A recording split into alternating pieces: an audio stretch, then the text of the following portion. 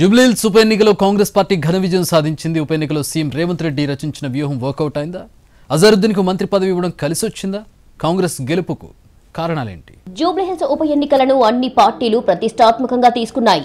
కాంగ్రెస్ నుంచి సీఎం రేవంత్ రెడ్డి సహా మంత్రులు, అటు బీజేపీ నుంచి 2 కేంద్ర మంత్రులు, బీజేపీ చీఫ్ రామచంద్రరావు, ఇటు బీఆర్ఎస్ నుంచి మాజీ మంత్రి కేటీఆర్ హోరాహోరీగా ప్రచారం చేశారు. ఎవరికి వారు తమదైన శైలిలో ప్రజలను ఆకట్టుకునేందుకు ప్రతివ్యూహాలు రచించారు. చివరికి జూబ్లీహిల్స్ ఓటర్లు కాంగ్రెస్ పార్టీ అభ్యర్థి నవీన్ యాదవ్ కు పట్టం కట్టారు. దాదాపు 25,000 మెజారిటీతో ఆయన్ను గెలిపించారు. జూబ్లీహిల్స్ ఉప ఎన్నికలో మొత్తం 58 మంది అభ్యర్థులు ఉన్నా ప్రధానంగా కాంగ్రెస్ బీఆర్ఎస్ మధ్య ప్రధాన పోటీ నెలకొంది. సెట్టింగ్ సీటును కైవసం చేసుకోవాలని గులాబీ పార్టీ గట్టిగానే ప్రయత్నించింది. మాగంటి గోపీనాథ్ మృతితో ఖాళీ అయిన సీటు కాబట్టి సెంటిమెంట్ వర్కౌట్ అవుతుందని ఆ పార్టీ భావించింది. అందుకే మాగంటి సునీతను అభ్యర్థిగా ప్రకటించింది. కానీ సెంటిమెంట్ వర్కౌట్ కాలేదు. దీంతో గతంలో కంటోన్మెంట్ స్థానంలో ఎదురైన ఫలితమే గులాబీ పార్టీకి ఎదురయ్యింది. ఇక కాంగ్రెస్ పార్టీ గెలుపునకు కలిసి వచ్చిన అంశాలు చాలానే ఉన్నాయి. అందులో ముఖ్యంగా నవీన్ యాదవ్ జూబ్లీహిల్స్ లో స్థానిక అభ్యర్థి.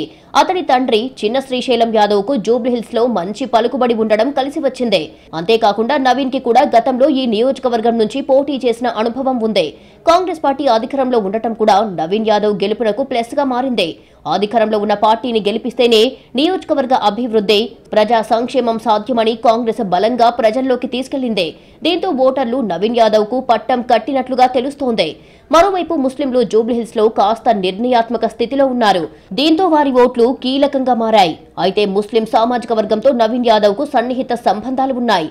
గతంలో మజ్లిస్ పార్టీ నుంచి ఆయన పోటీ చేసి ఓడిపోయారు.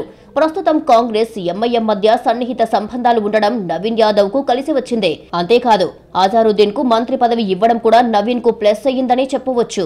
ఇక జూబ్లీహిల్స్ లో సెటిలర్ల ఓట్లు ఎక్కువగానే ఉన్నాయి. వారి ఓట్ల కోసం సీఎం రేవంత్ రెడ్డి వేసిన వ్యూహం ఫలించింది. ఎన్నికల ప్రచారంలో భాగంగా ఇక్కడ ఎన్టీఆర్ విగ్రహం ప్రతిష్ఠిస్తామని రేవంత్ రెడ్డి హామీ ఇచ్చారు. మరోవైపు సినీ కార్మికులకు సైతం సీఎం రేవంత్ వరాలు కురిపించారు. సినిమా టికెట్ల రేట్లు పెంచాలంటే 20% కార్మికుల నిధికి ఫండ్ ఇవ్వాల్సిందేనని మెలికపెట్టారు.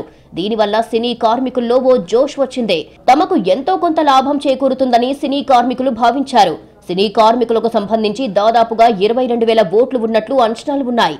అందులో చాలా వరకు కాంగ్రెస్ పార్టీ అభ్యర్థి నవీన్ యాదవ్ కు పడినట్లుగా తెలుస్తోంది. మరోవైపు సీఎం రేవంత్ రెడ్డి, మంత్రులు, ద్వితీయ శ్రేణి నాయకులు కూడా అందరూ కలిసికట్టుగా పనిచేశారు. చివరికి బూత్ లెవెల్లో పోల్ మేనేజ్మెంట్ ద్వారా కాంగ్రెస్ విజయాన్ని తన ఖాతాలో వేసుకుంది.